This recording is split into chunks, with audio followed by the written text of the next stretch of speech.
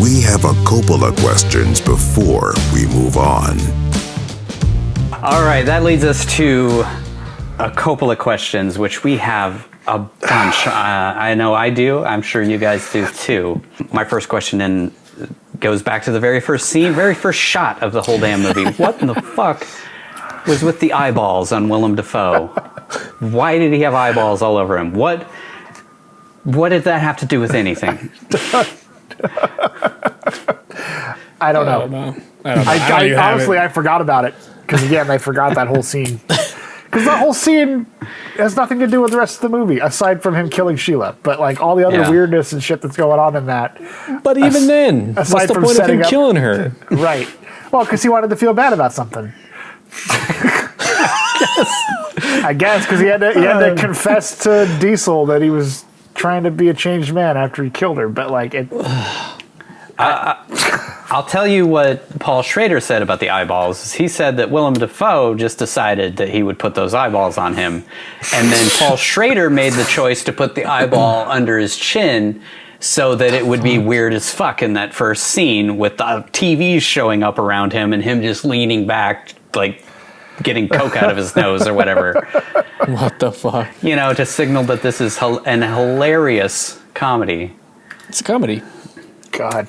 How did he get away with killing Sheila and the kid? Like, everybody would have known who he was. I'm sure all the neighbors knew who he was, because who wouldn't know who this guy is? He used the Chevron card. Like, he used her Chevron card to repair his car. So there's an automatic link to him and her. Yeah. It's on paper. There's a paper trail. Yeah, and he sticks out like a sore thumb. Foreseeably had stayed there tons. Yeah. And he's a fucking character straight out of, like, I mean, the dude is just zany, like a cartoon character. So you would think that the neighbors would all recognize him. Yeah. But apparently he just got off scot-free. I mean, it's only been a week or so since that happened, but at the same time, I don't think it would be that tough for some detectives to put two and two together. How come Mad Dog and Diesel got cool nicknames, but the main character gets stuck with Troy? I can't. It's all because he's the straight man in this whole thing, so maybe they just gave him a straight man name. Like, it's kind of weird to say that he's a straight man, but he's the least weird out of any of them. Yeah, true. He's the most so normal. Maybe that's why. But yeah, that's Troy. Diesel, Mad Dog, Troy. What the fuck was that guy's name anyway? Was it Moon Man? Was it Guard? Was it Balloon Head? Rick Ross. Rick Ross. Okay, it was Rick Ross, dude. Rick Ross. It was Rick Ross. Outside of what we know, Paul Schrader's rationale for it was, what was the movie rationale and Troy's rationale for shooting the mom? Yeah. Why? It doesn't make any sense. He didn't have time for this shit. Especially because he goes to the trouble of like he doesn't just shoot her when she walks through the door. He stops her and like kind of holds her at gunpoint like he was going to kidnap her to go along with it. And then it just cuts to outside and he shoots her. So it was apparently all Nick Cage's idea to shoot her because Paul Schrader was like, I don't know what to do with this woman in the next scene. Are we going to take her to the house where the babysitter and the baby are at? He's like, if we don't shoot her, I'm going to sexually assault her in a scene. So you pick. She's like, wait, he's going to kiss me randomly? Nah, just kill me off now. No, thank you. I think she might have also been like a day player who they didn't have for another day or something. She only had one day on set. You could just not even have her in the movie. They kidnap the nanny and leave. No point of her showing up. They could have just cut that whole scene out. Why did they dispose of the headless guy's body but not her body? Right. we kind of asked this question when it happened, but I mean, outside of the Paul Schrader explanation in the movie, why not dispose of her body?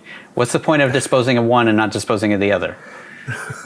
I don't know. The only thing I could think of is maybe in his mind, he's thinking, well, they're going to find out that she's dead, and then it's going to spook Brandon or whatever the fuck his name was supposed to be, and that'll make him pay faster. Like he's like, oh, well, if they killed her, then they'd definitely kill this baby.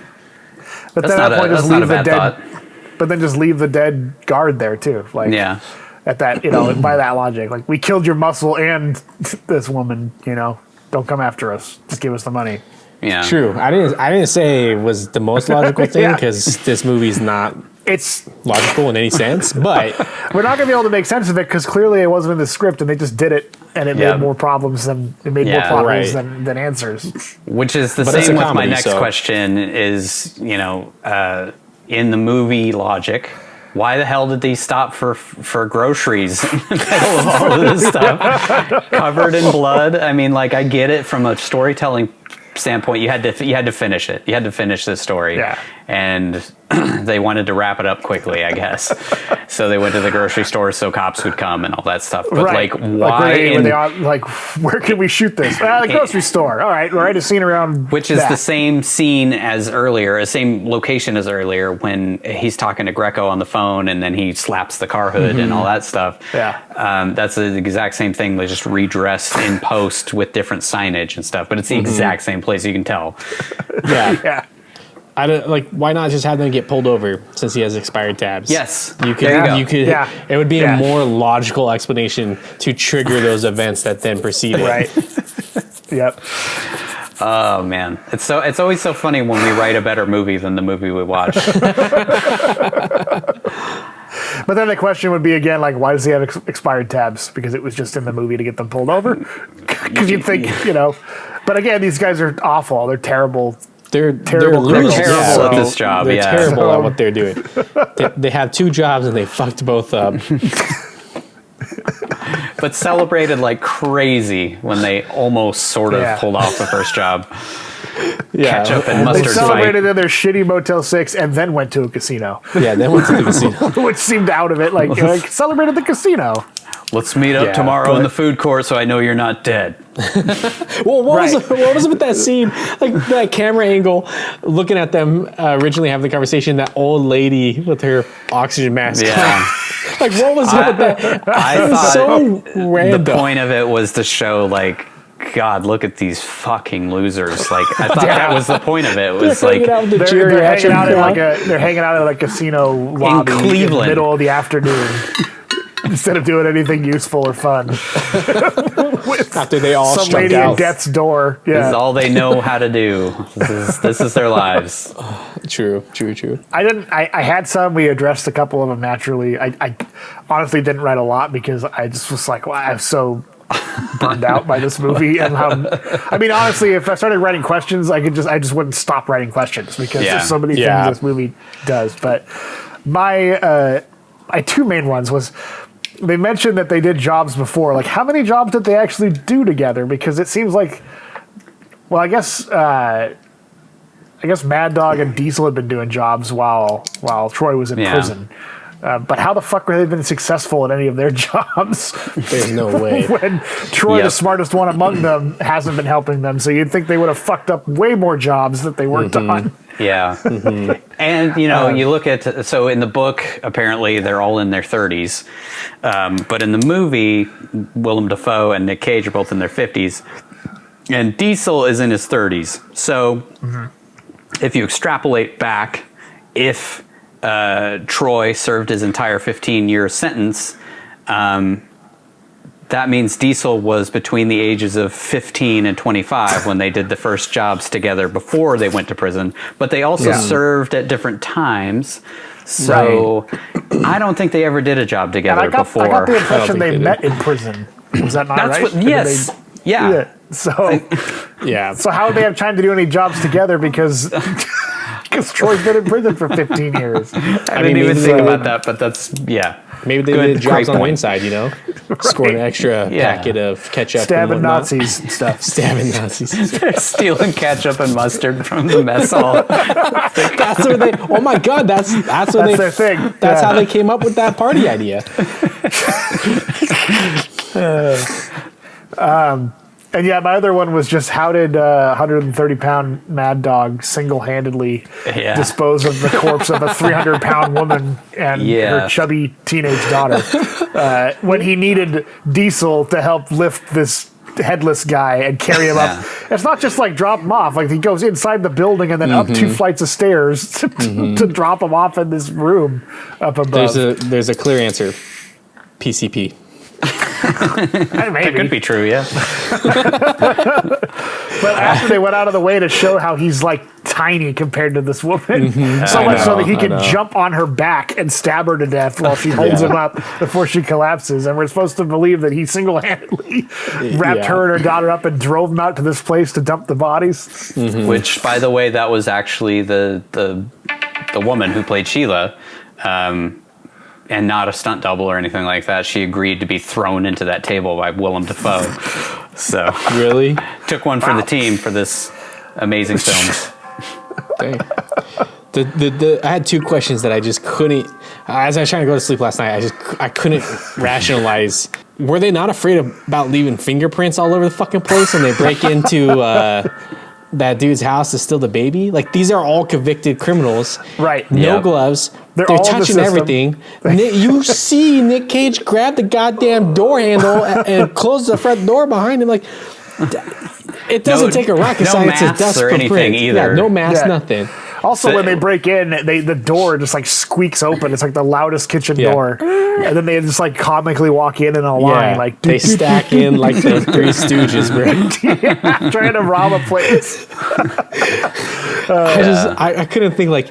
And yeah, they even say like this chick because they talk about they got to kill the nanny because she can identify all of them. Like, just wear masks. Yeah, that and gloves. Like they're not. Just once again, I guess to your point, Patrick. Like they continue to prove how dumb they are as criminals. And then the second one goes back to that scene with Diesel driving the cop car, and like they make the point of showing his heart beating really fast. Like, was he having a heart attack? Like, was that what we're supposed to take away from it? Like, he was starting to have a heart attack, and that's what caused him to crash? I mean, he was pretty winded. He was hopped up on something, and I guess. Yeah. I mean, he was pretty winded from running that like 20 feet. He ran around the corner of the building. Though he's the one character we don't really see doing drugs. I mean, I guess you don't really see Troy. No. He drinks a few times, but you know he doesn't. He's never doing drugs, never doing coke or heroin or anything like that. So yeah, I don't know, man. I just didn't understand the whole point of them showing his heart beating like that, and then like just kind of random weird shots on his face and sweating. Yeah, maybe that was. I mean, maybe that was the intention. Paul Schrader never mentioned it in the commentary. So we'll never know. I'm just blown away by that whole shot of the gun, bullet's eye view going through a wall, hitting some guy in a barber chair, and then shooting to the shot of a heart, and then zooming back out to Diesel crashing the car. Like, what the fuck is going on? That was apparently one of the film students' ideas. Like that little shot going through the wall. Yeah. And Paul Schrader was just like, sure, do it. It sounds cool. Why are we doing it? Oh, there's no reason? No point. I don't care. I made Taxi Driver. I can do whatever I want. Who the fuck oversaw the script? Paul Schrader. Paul Schrader had a final cut on this film. For those who don't know, it means that he was given the all clear that no matter what he delivered to the studio, that's the movie that they were going to go with. Studio could not contractually touch his film at that point. So this is exactly the film that Paul Schrader wanted to make. Well, mission accomplished. Again, it's only $2 million budget. That makes sense. That the studio was like, they're not throwing a whole lot of money at it. Just give us something. We don't care what it is. And he got Nick Cage and Willem Dafoe to be in a movie, and he is, he's got a good track record. So I'm sure they were like, this movie will probably at least make back. How bad could it be? That's probably what they were thinking. I mean, seriously, really, you're giving the guy who wrote Taxi Driver and a bunch of other movies $2 million, which is nothing for making a movie. He's got to have Nicolas Cage and Willem Dafoe be in it. How bad could it be? It's guaranteed return on your investment. Well, we answered that question of how bad it could be.